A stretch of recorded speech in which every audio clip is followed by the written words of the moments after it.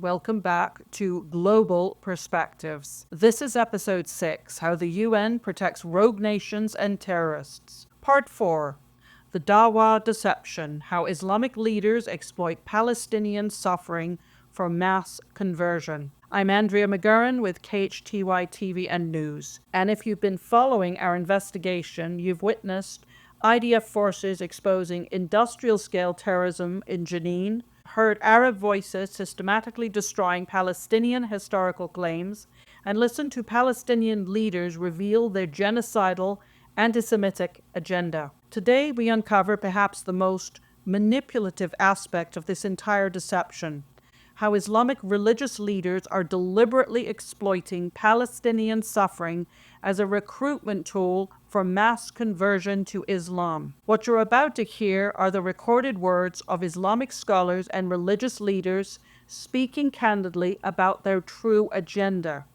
Now, these are quoted. I will put the links below if you want any further information.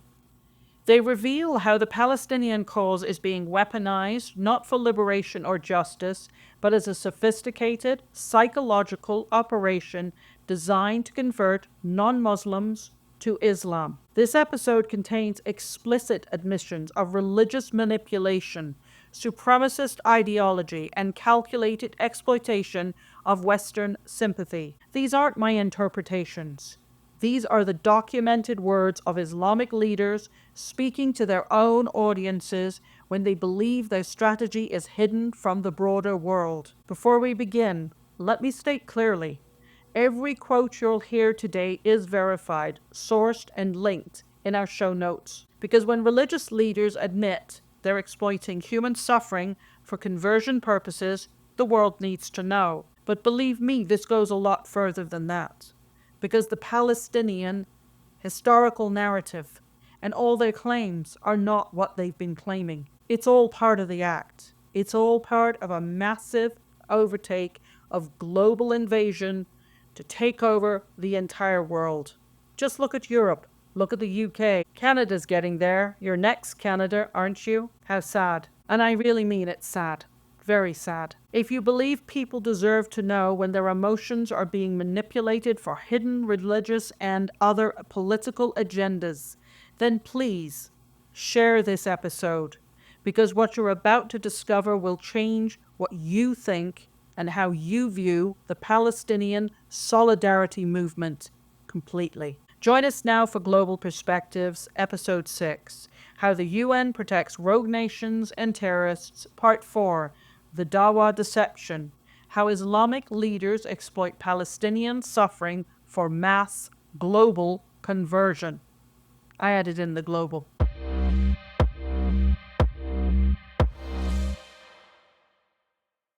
So, let's begin. It was April 19, 2025, when Toronto Islamic scholar Sheikh Kamil Ahmad sat down for what he believed would be a routine discussion on the Life of Haq podcast. The topic was supposed to be about supporting Palestinians during Ramadan, a conversation that would resonate with the Islamic community in Canada. What Ahmed revealed in that interview would expose one of the most calculated manipulation campaigns in modern religious and political history. We'll start with the podcast host, and I quote, Sheikh, how should Muslims approach the current situation with Palestine in terms of outreach, unquote. What came next was a moment of breathtaking honesty that Islamic leaders never intended for non-Muslim audiences to hear. Sheikh Kamil Ahmad said, quote, of course, without a doubt, there's a huge opportunity for dawah, that is Islamic proselytizing, where you have these non-Muslims who are very sympathetic to the Palestinian cause, unquote. Did you catch that? According to this prominent Islamic scholar in Canada, the Palestinian cause isn't primarily about Palestinian liberation. It's an opportunity for dawah, Islamic conversion efforts. But Ahmad wasn't finished revealing the calculated nature of this strategy, and I quote, this is a golden opportunity to, when their hearts are already soft, to attract them Maybe that's the thing that'll cause them to accept Islam, unquote. When their hearts are already soft. This is the language of psychological manipulation, not humanitarian concern. Islamic leaders are admitting that the tactic of Palestinian suffering is being used as a tool to make non-Muslims emotionally vulnerable to religious conversion to Islam. You heard me. But Ahmad's revelations went deeper, exposing the supremacist ideology that drives this manipulation campaign. When asked about building relationships with non-Muslims who support Palestinians, his response stripped away any pretense of genuine interfaith cooperation. And this is what he said, and I quote, "Our number one priority with respect to our relationship with the kufr, those are the disbelievers, is to give them the message of Islam, right, not just to have a friendship with them," unquote. Notice the language kufr, a derogatory term for non-Muslims that literally means those who conceal the truth. This isn't the language of respect or equality. This is the language of religious and political supremacy. According to Ahmad, genuine friendship with non-Muslims isn't the goal. Converting them to Islam is. And he went on to say, and I quote, "We shouldn't be thinking along those lines of tolerance, but rather we should be thinking along the lines that no, it is a problem if you're a non-Muslim. It is a problem if you worship Isa, Jesus, peace be upon him. That is a problem for me," unquote. Let me repeat that because it's crucial. According to this Islamic scholar, Christianity is a problem. Being a non-Muslim is a problem. The tolerance and pluralism that define Western democratic societies are, in his view, obstacles to overcome. I wonder if any Canadians or Canadian politicians or government are listening to this, because you should. Take note. Listen. This isn't about Palestinian rights or human dignity or a real genocide to the Palestinians or victimization of Palestinians or Islamophobia. This is about Islamic supremacy using Palestinian suffering as a fake conversion tool. And I don't say they're not going to try to convert you. I'm saying they are fabricating the suffering and they're using it as a conversion tool. Ahmad's admissions reveal a sophisticated understanding of psychological manipulation that should terrify anyone who values authentic human compassion. Sheikh Kamil Ahmad went on to say, and I quote, "When their hearts are already soft to attract them," unquote. This is deliberate emotional manipulation and exploitation. Islamic leaders have identified that people experiencing empathy for the tool that they created, the fake Palestinian suffering, if you will, are in a psychologically vulnerable state, what Ahmed calls having soft hearts. They're not trying to help anyone suffering genocide or Palestinians who are suffering. They're trying to exploit the emotional state of non-Muslims who care about what they think is Palestinian suffering. Think about the calculated cynicism of this approach. 1. Present Palestinian suffering as something that is real to generate emotional vulnerability. 2. Approach emotionally vulnerable non-Muslims with Islamic messaging. 3. Use their soft hearts to convert them to Islam. And 4. Present this manipulation as a religious outreach instead of what it really is, a political tactic for a slow invasion of the world. Now, a local Muslim community member went on to say, and we're not identifying this person, but you can listen to it down below, and that's up to you. And I quote, "I've seen this at mosque events. They bring non-Muslims to Palestinian solidarity events, then immediately start talking about Islam. The suffering becomes secondary to the conversion agenda," unquote. Now, this isn't charity or compassion. This is a predatory, political, invasion tactic using the guise of religious recruitment and sympathy towards events that have been fabricated. And if you don't believe me, listen to all the Muslims out there, specifically Saudis and other Arab countries, who will tell you exactly that. I'm not being Islamophobic. I'm stating facts. Okay? So these are predatory. They're using fraudulent human suffering as bait. And who are they preying upon? You, me. In Canada, how many people have opened their arms to these people? How many of you realize that you've been duped? I was duped once upon a time. My eyes are now open. Please open yours. This Dawah strategy isn't limited to mosques or Islamic centers, and not just in Canada, not just in Toronto, but all over the Western world. It has systemically infiltrated Western universities through Palestinian solidarity movements, creating what amounts to conversion recruitment centers on campuses across North America and Europe. A former university student, whose name will be kept anonymous, and I quote, said, "I started attending Palestinian solidarity events because I genuinely cared about human rights. But every single event turned into Islamic teachings. They would show videos of Palestinian suffering, get everyone emotional, then start talking about how Islam provides the answers." Unquote. The pattern is consistent across universities, colleges, and multiple institutions around Europe and North America. 1. Advertise Palestinian solidarity events. 2. Attract emotionally engaged non-Muslim students. 3. Use Palestinian suffering to create emotional vulnerability. 4. Introduce Islamic concepts as the solution. 5. Target emotionally vulnerable students for conversion. A campus security officer, again, whose identity will remain protected, said, and I quote, "We've noticed a pattern where students attending these Palestinian events often end up converting to Islam within months. It's not coincidental, it's methodical."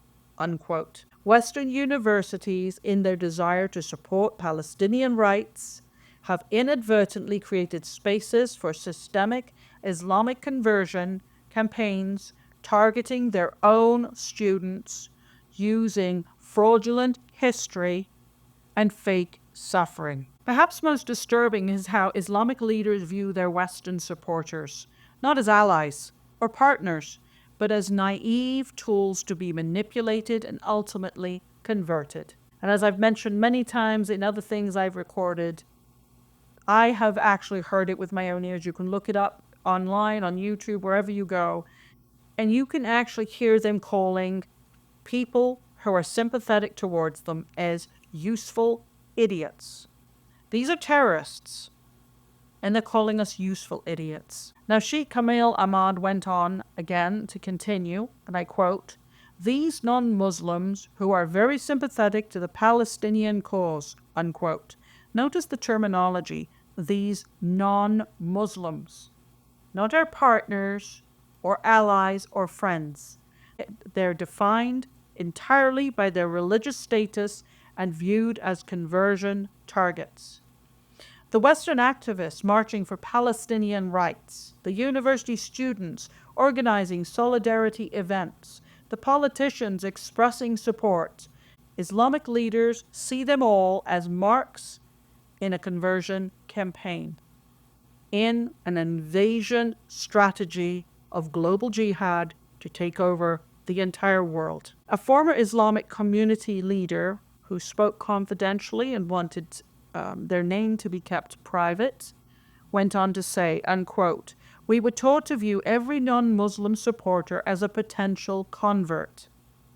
Their sympathy for Palestinians was seen as an opening to their hearts that we should exploit for Islamic outreach," unquote. When Western leaders wonder why Palestinian solidarity movements often seem to morph into broader anti-Western activism, this is why. The movement has been systemically infiltrated by Islamic supremacists who view Palestinian suffering as a recruitment tool for religious agenda. Now, don't take that the wrong way. Palestinian suffering, this is all part of a rhetoric that has been systemically and systematically created, starting with Yasser Arafat in 1964, to gain sympathy. The Jordanians threw them out, the Syrians threw them out, the Lebanese threw them out, the Egyptians threw them out, the Sauds are sick of them, the United Arab Emirates are sick and tired of them, and they all saying the same thing. They're liars. They're liars. Now, this Dawah exploitation isn't limited to Toronto or North America. It's part of a coordinated international network using Palestinian suffering rhetoric as psychological and political manipulation across the Western world. An intelligence analyst, identity protected, said, and I quote, "We've documented similar patterns in London, Paris, Berlin, Sydney. Anywhere there are Palestinian solidarity movements, you find Islamic conversion operations using the same psychological techniques."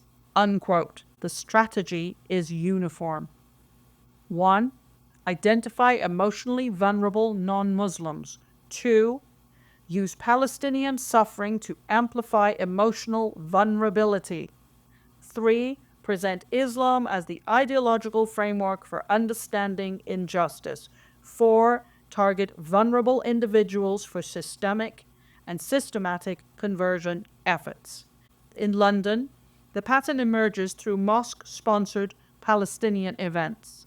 In Paris, through Islamic student organizations.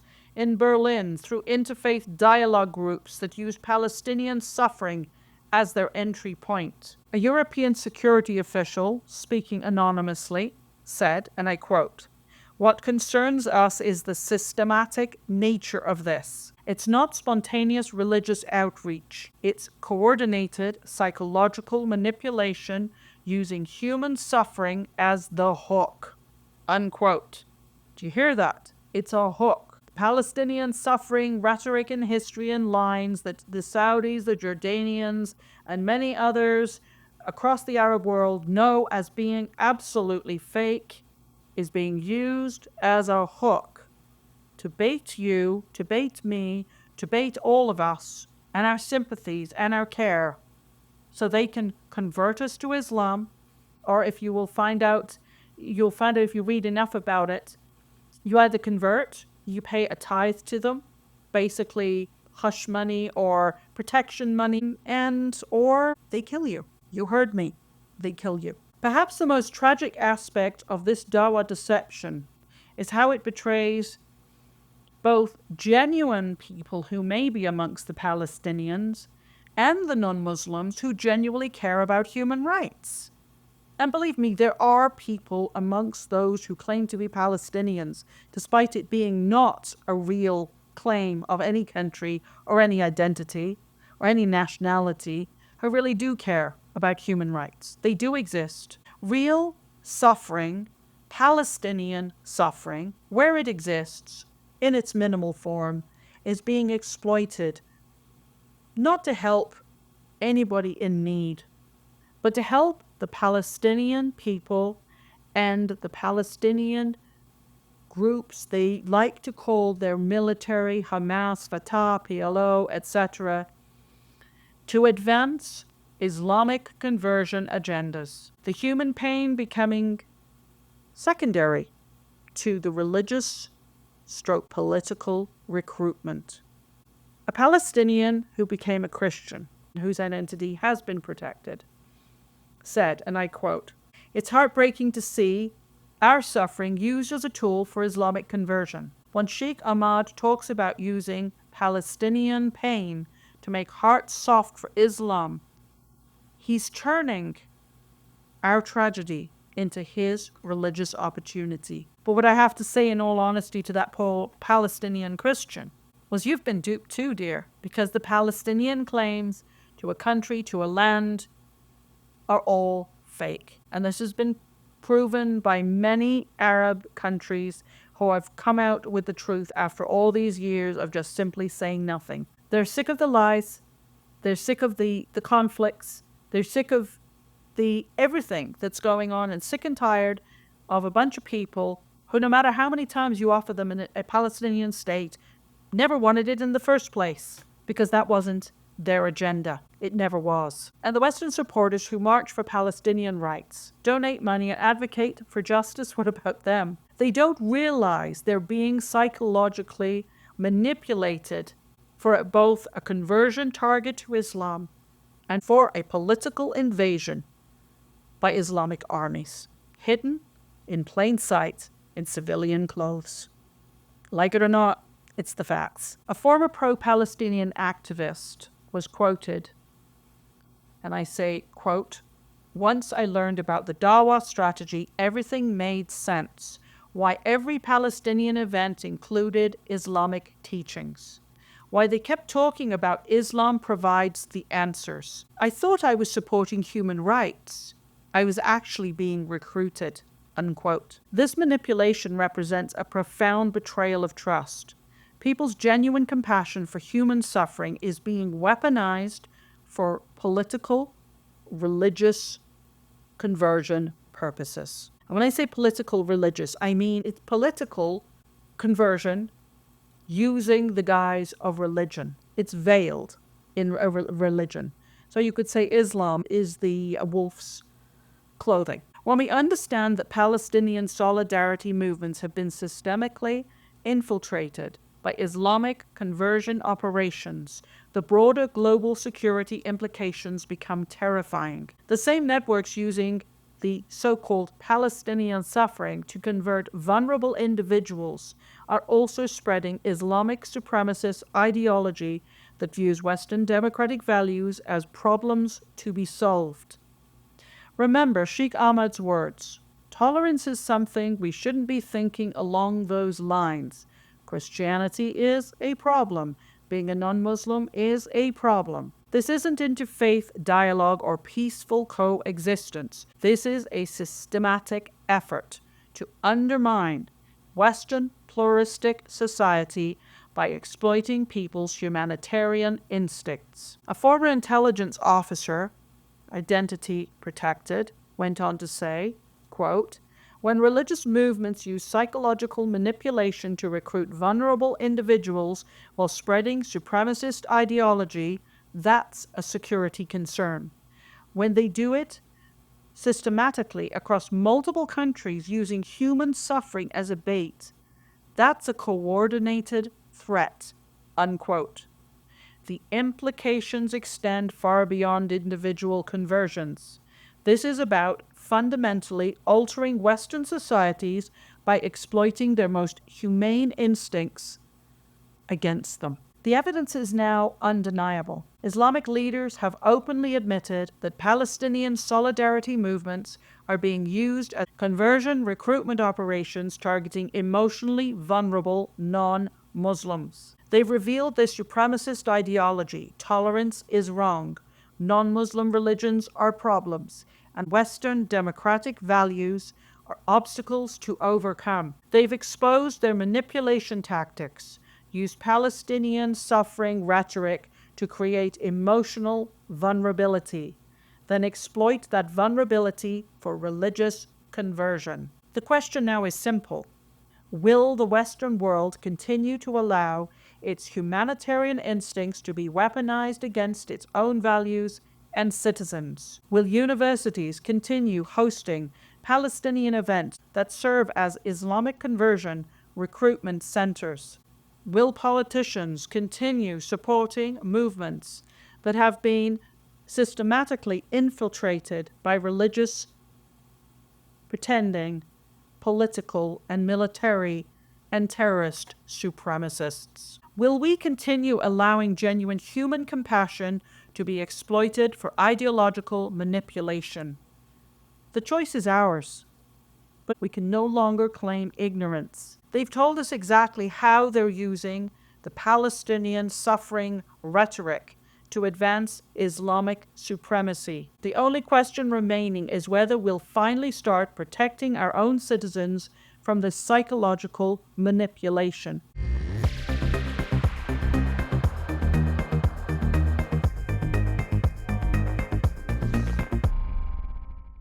What you've heard today should fundamentally change how you view Palestinian solidarity movements and Islamic outreach in the West. These aren't my opinions or interpretations. These are the documented words of Islamic leaders revealing their conversion strategies. When religious leaders admit they're exploiting human suffering stories to psychologically manipulate vulnerable people for conversion purposes, take them seriously.